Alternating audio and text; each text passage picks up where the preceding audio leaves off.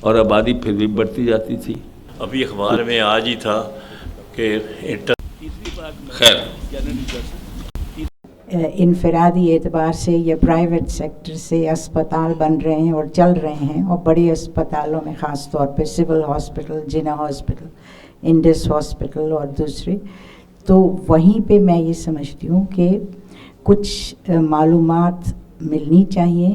کتابچوں کی شکل میں یا ویسے، تاکہ فلائرز کی شکل میں جو وہاں لوگوں کو دیے جائیں، جن سے کہ یہ ان مسائل پر روشنی ڈلے تاکہ ان کا اویئرنیس بڑھے. دوسرے یہ کہ دائی جو ہیں، مڈ وائفز، ان کی ٹریننگ ان اسپتالوں کے ذریعے ہی ممکن ہو سکتی ہے، کیونکہ حکومت کی یہ ذمہ داری تو یہ ہے، لیکن اس حکومت کے اور بھی بہت سارے کام ہیں، اس لیے وہ کئی دفعہ کسی اور چیز پر زیادہ زور دیتے ہیں اور ان بنیادی چیزوں کو نظر انداز کر دیتے ہیں. تو ایسے بڑے اسپتالوں میں یہ بھی ہونا چاہیے، مڈ وائفز کے ٹریننگ پروگرام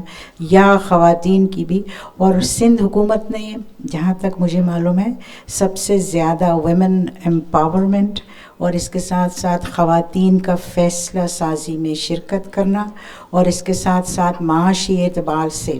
کچھ چیزوں کو یا کچھ راستے کھولنا. وہ بہت ساری خواتین اپنے طور پر بھی جو بیسک انٹرپرینورز ہیں، وہ بنیادی طور پہ اپنے تئیں بہت سارے کام کرتی ہیں، اور کچھ تو کھانا پکانے کی مختلف پروگرامز کے ذریعے جو ٹی وی پہ آتے ہیں اس سے سیکھ کر گھروں سے وہ چیزیں بنا کر بیچتی ہیں، اور بہت ساری خواتین ایسے کرنے لگیں. تو یہ بھی ایک راستہ ہے ایسا ہونے کے لیے کہ پبلک سیکٹر میں انوالومنٹ یا پرائیویٹ والوں کا یہ انوالومنٹ ہو. اور دوسرا، لوکل گورنمنٹ کی سطح پر پہلے تو بہت زیادہ کام ہوتا تھا، لیکن اب ہم ان کو صرف الیکشن سے کچھ پہلے مصروف دیکھتے ہیں یا وعدہ کرتے ہوئے دیکھتے ہیں، اور اس کے بعد نہیں. تو اس سے پہلے وہ آگہی فراہم کرنے کے لیے ان کو پابند کیا جائے تاکہ لوکل گورنمنٹ لیول پر یہ چھوٹے چھوٹے کام ممکن ہو سکیں، تاکہ خواتین کو اویئرنیس بھی ملے، تحفظ بھی ملے، اور اس کے ساتھ ساتھ وہ فیصلوں میں بھی شرکت کر سکیں، اور وہ فیصلے جن کو ہم آبادی کے بڑھنے کا ذریعہ سمجھتے ہیں اس میں. اور دوسرا یہ کہ کلچرلی،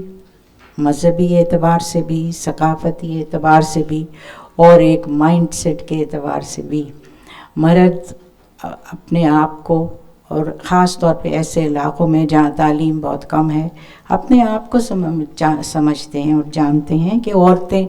یہ بڑی بڑی ذمہ داریاں فیصلہ کرنے میں یا گھر سے باہر نکل کے کرنے میں ممکن نہیں ہیں ان کے لیے. تو اس لیے وہ اپنی جو اس شکل کی بڑائی کو محفوظ رکھتے ہیں اور اس پر عمل کرتے ہیں. کوئی اس کے خلاف بول نہیں سکتا. اور علماء کرام میں خواتین بھی تو ہیں عالمہ، ان سے کیوں نہیں مشورہ لیا جاتا مذہبی طور پہ؟ فتویٰ تو دوسرے بڑے بڑے تو دیتے ہیں، لیکن خواتین بھی وہی چیز پڑھتی ہیں، اور ہم نے دیکھا ہے کہ وہ بھی بڑے درس بھی دیتی ہیں، بہت ساری معلومات ان کی بہت زیادہ ہوتی ہے، اور قرآن اور سنت کے حوالے سے اپنے احکامات کو ثابت بھی کر سکتی ہیں. تو ان سے کیوں نہیں رائے لی جاتی اس سلسلے میں؟ تو یہ صرف ایک مشورہ ہے جس کی اگر کہیں سے بھی کچھ عمل درآمد ہو تو کچھ تو بہتری آ سکتی ہے. شکریہ.